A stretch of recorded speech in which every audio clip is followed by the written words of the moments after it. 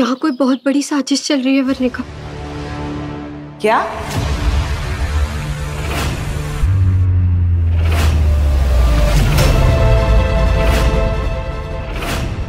ये एनजीओ जीजी बहुत खतरनाक है। हमारे को इसके सामने एकदम निडर होकर उल्टा इसी को डराना होगा। क्या बातें हो रही है? चेंज कर लिया ना? चलो अब खाना खा लो। तुम दोनों आए हो तो खास तुम्हारे लिए खीर बनवाई है। और हाँ, वो ना हमारे पेट में वैसे भी चूहे और बिल्ली है ना, वो 2 टीम बना के घूमर डाल रहे। और करवा चौथ का व्रत भी था ना कल हमारा, तो बहुत भूख लगी है हमारे को। आराम से खा लो। अब तो पुलिस तुम्हारी इंफॉर्मेशन तुम्हारे परिवार वालों को भी देने वाली है। डरने की कोई जरूरत नहीं। डर और मले ना ना, डर को हमारे से डर लगता है। और वैसे भी ये सब तो हमारी नाटक नौटंकी है। चौक गई आप एनजी जीजी? हमारा मतलब है एनजीओ की जीजी। एनजीओ की जीजी वो क्या है ना, हमारा कोई अपहरण वपहरण ना हुआ। अपना अपहरण मैंने खुद ही करा है। और हमारे थानेदार साहब को भी इसके बारे में पता है। थानेदार साहब? हाँ, थानेदार साहब। अरे हमारे पति वो मुंबई आ गए हैं ना। अजमेर के पूर्व एसीपी है वो, एसीपी वीर प्रताप सिंह। उनका एक मुक्का पड़े और सारे गुंडे रोए हाय हाय हाय। इतना रौब है उनका कि कमरे में जाते सारे गली के गुंडे बोले वाय वाय वाय।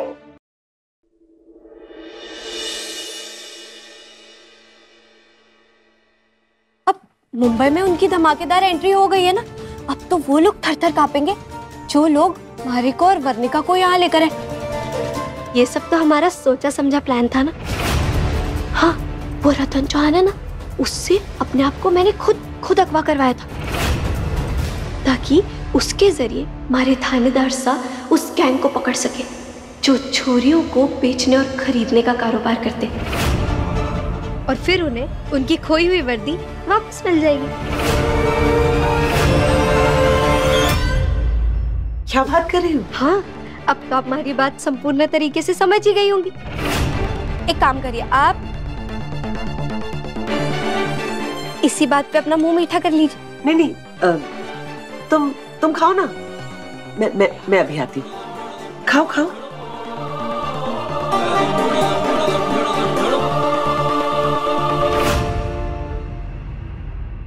जब से उस ढाबे से मुझे वर्णिका और बुलबुल के ब्रेसलेट्स मिले, सब मैं पागलों की तरह ढूंढ रहा हूँ। मुझे किसी भी हालत में अपनी बुलबुल और मेरी भतीजी वर्णिका को बचाना है। तूने तो अपूर को सेंटी कर दिया यार। एकदम फिल्मी ब्लॉकबस्टर है तेरी लाइफ यार। तो कैसा आप मेरी मदद करेंगे ना? कभी भैंसा, कभी पखियासा, ये सारे गाँव आपा का सुर ताल क्या लगा रखा है। देख, आई शपथ पकाम, सीधा सीधा पखिया। ओके, पखिया पखिया।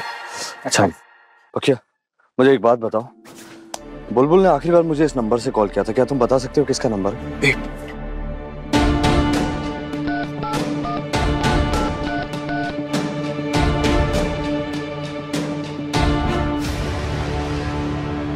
आई शपथ ब्रो, तेरी चाबी तो बहुत बड़े लफड़े में फंस गई है। अरे ये नंबर तो येड़े बबलू की गैंग वालों का है। अरे बड़े बड़े गुंडे विंडे लोगों को लड़कियां इधर से उधर करने में हेल्प करता है वो। कभी पुलिस की गाड़ी में, कभी फायर ब्रिगेड में, और कभी कभार तो एम्बुलेंस से पहुंचाता है लड़कियां इधर से उधर अपने साथी लोगों के साथ। अभी तक तो तेरी वाली को ठिकाने लगा भी दिया होगा उसने। ये बबलू कहाँ मिलेगा? इस टाइम पे तो वो येड़ा बंगले के पीछे, बैरी के नीचे, कांटा लगा बार में बियर वियर मार रहा हूँ। और कहाँ है? मैं लेके चलता ना, पर तेरा ये थोड़ा लुक वुक चेंज करना पड़ेगा, क्योंकि क्या है ना, अगर उसने तेरी शक्ल पहचान ली ना तो वहीं पे तेरी वाट लगा दी। मतलब तेरे प्लान की भाभी को बचाना ही नहीं, बेचारी कितना डर गई होगी। चाची, ये सब क्या हो रहा है? आप क्या कह रहे हो? मुझे कुछ समझ में नहीं आ रहा है। मैं सब बताती हूँ वर्णिका, हमारी बात ध्यान से सुनो। अब हमें चतुर चालाक चील की तरह एकदम चौकन्ना रहना होगा। ये कोई ना एनजीओ की जीजी वीजी ना है, ये एनजी जीजी, नॉट गुड जीजी। और हम उस एनजी जीजी को बिल्कुल पता ना लगने देंगे कि हमें सारा सच पता है। क्या सच चाची? यही कि यहाँ लड़कियों के साथ गलत काम होता है। मैं उन डरी हुई लड़कियों, ये एनजीओ की रंगत और नकली पुलिस देख के सब समझ गई थी। पर आपको कैसे पता कि वो पुलिस नकली थी? उनकी बातचीत, चाल चलन सब नकली थी, और खासकर उनकी वर्दी, क्योंकि हमारे थानेदार साहब ने हमारे को सिखाया असली वर्दी की शान और नकली वर्दी की वो फीकी चमक, उनमें फर्क। ओ हेलो मिस्टर थानेदार साहब, वेयर गोइंग? हाँ कम। अरे चोरी मारी। आपकी पत्नी साहब ने आपके ऊपर FIR दर्ज की है। अच्छा, क्या? जब आपकी क्यूटीफुल सी प्यारी प्यारी पत्नी साहब ने आपसे कहा था कि घर जल्दी आ जाना, कहा था कि नहीं कहा था? तो फिर आप हेयर देयर पता नहीं वेर वेर अपनी गाड़ी से घूम रहे थे क्यों? थानेदारनी बुलबुल वीर प्रताप सिंह आपको सजा सुनाएगी। You stay here, I am coming. मेरा बाला मैं थानेदार ओ जी रे सुन लो मेरा बाला मैं थानेदार ओ जी रे हिवड़ो कहता हर सांस में साथ तेरा ही चाहूं सजना मेरा बाला मैं थानेदार बालम जी मारा।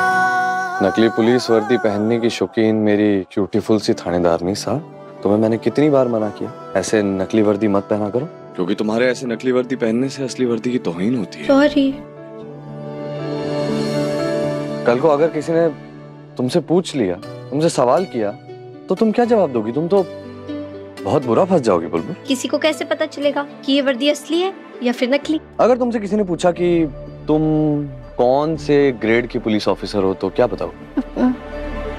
पता नहीं। बुलबुल, पुलिस वाले इस देश की रक्षा करते हैं, उनकी आंखों में परख होती है बुलबुल। अच्छा मान लो कोई पुलिस वाला कभी तुमसे टकराया और उसने तुम्हारी वर्दी की ओर देखा, वो तो देखते ही समझ जाएंगे कि वर्दी पर ये तारे नकली हैं, प्लास्टिक के बने हुए तारे, और यही मेरे तारे देखो, ये सितारे असली हैं, इनकी चमक असली है। फिर उस पुलिस वाले ने अगर तुमसे पूछा कि बताओ तुम कौन से राज्य की पुलिस से हो, तो क्या बताओ? राजस्थान। और कहाँ लिखा है ये? वर्दी तो नकली है और तुम पकड़ी गई, क्योंकि असली वर्दी पर बैच लगा होता है आप जिस भी राज्य की पुलिस हो, यानी कि ये, जैसे मैं राजस्थान पुलिस का ऑफिसर हूं तो राजस्थान पुलिस। अब बताओ फर्क पता चला असली और नकली वर्दी का? एक सच्चे पुलिस वाले की वर्दी और उसके बैचेस बिल्कुल उसी तरह चमकते हैं जैसे तुम्हारी ये खूबसूरत आंखें। 16 आने 24 कैरेट 100% असली। ये नकली पुलिस वाले थानेदार साहब तक हमारी कोई खबर ना पहुंचाएंगे। एकदम गली का गुंडा लग रहा रे तू, टपोरी नंबर 1। ये देख।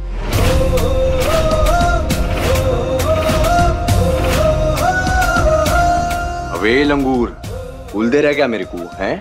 कान के नीचे ऐसा लफाटा मारे। लाफा मारेगा या रैप्ट? लाफा मारेगा। कान के नीचे ऐसा लाफा मारेगा ना मैं। अभी ठीक है? एकदम बढ़िया। तो चल पकिया। चल भाई। उसका पति यहाँ पहुंचा कैसे?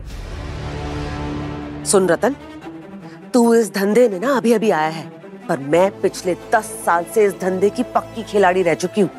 आज तक कोई कानून का रखवाला पैदा नहीं हुआ जो संपूर्ण तक पहुंच जाए, इसलिए अब आगे भी नहीं पहुंचना चाहिए, समझा तू? इसे अजमेर से लाते समय तूने सब कुछ ठीक से चेक नहीं किया था क्या? ये पता था कि ये औरत बहुत चंट है, लेकिन इससे क्या पता कि हमारे थानेदार साहब इससे 10 कदम आगे। कल 10 लड़कियां बेची है मैंने देश के बाहर, अब अगले लॉट की बारी है। 2 दिन बाद इन सब का सौदा होगा। ये बुलबुल, वर्णिका, इनका भी, फिरंग, शेख, नवाब सब आएंगे उस सौदे में, इसलिए अब मैं और रिस्क नहीं ले सकती। तू उस वीर प्रताप सिंह को ढूंढ और उड़ा दे उसे।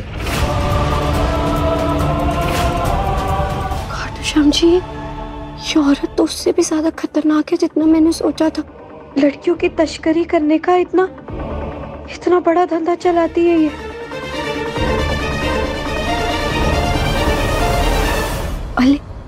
ये तो अच्छी बात है, जितना बड़ा धंधा उतना बड़ा केस, और जितना बड़ा केस उतनी बड़ी हमारे थानेदार सा की जीत, और जीतेंगे तो वही, इसमें तो कोई शक नहीं। लेकिन मैं उन तक ये सारी खबर और ये सब कैसे पहुंचाऊंगी? यहाँ का पता सब कैसे बताऊं उन्हें?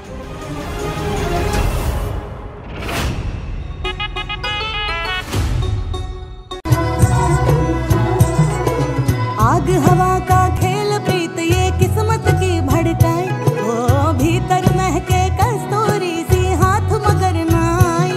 हाँ तुम जो कह दो मीत सजन जी, सुलझे उलझी प्रीत सजन जी, गाँव में खुल के गीत कियो जी मेरा बाला मैं थानेदार, ओ जी रे सुन लो मेरा बाला मैं थानेदार, ओ जी रे हिबड़ो धड़के हर। क्या बेड़ू, कौन रहे तू? अरे क्या है, ऐसे अकेले बैठ के देसी वेसी पी रहा है? बियर पीते हैं साथ में, चल उठा चीयर्स कर, चल चल चल।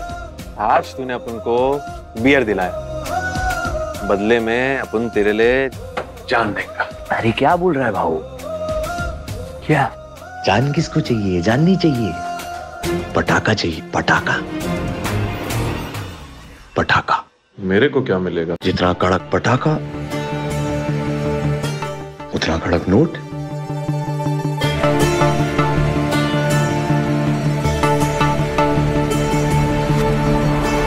चल ठीक है, तो सुन, राजस्थान से स्पेशल पटाखा आया है, कल ही रात उतरा है। उसमें से एक छोटी दिखती तो है, मगर लाल मिर्ची की तरह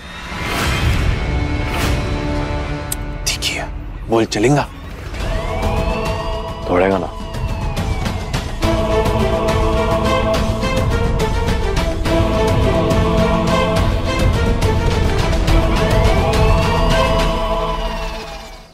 जब तक हम थानेदार साहब तक कोई सबूत, कोई सुराग ना भेज देते, तब तक हमें भूले बनने की नाटक नौटंकी करनी हो।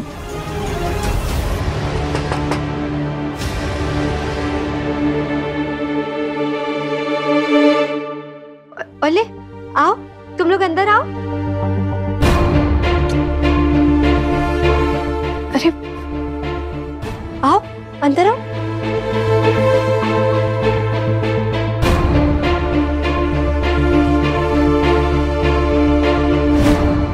क्या हुआ? तुम लोग इतनी डरी हुई क्यों? घर वालों की याद आ रही है? हाँ। तुम लोग डरो मत, मैं हूं तुम सबके साथ। और पता है, हमारी गुड़ की ढेली है ना, वो हमेशा एक बात कहती है कि एक उंगली हमेशा कमजोर पड़ जाती है, लेकिन वही अगर सारी उंगलियां मिल जाए तो वो एक मुट्ठी बन जाती है। हम भी एक मुट्ठी बनेंगे और सारे बुरे लोगों को एक मुक्का मारेंगे। हम डरेंगे नहीं। और अब तुम्हारे थानेदार साहब यहाँ आ गए।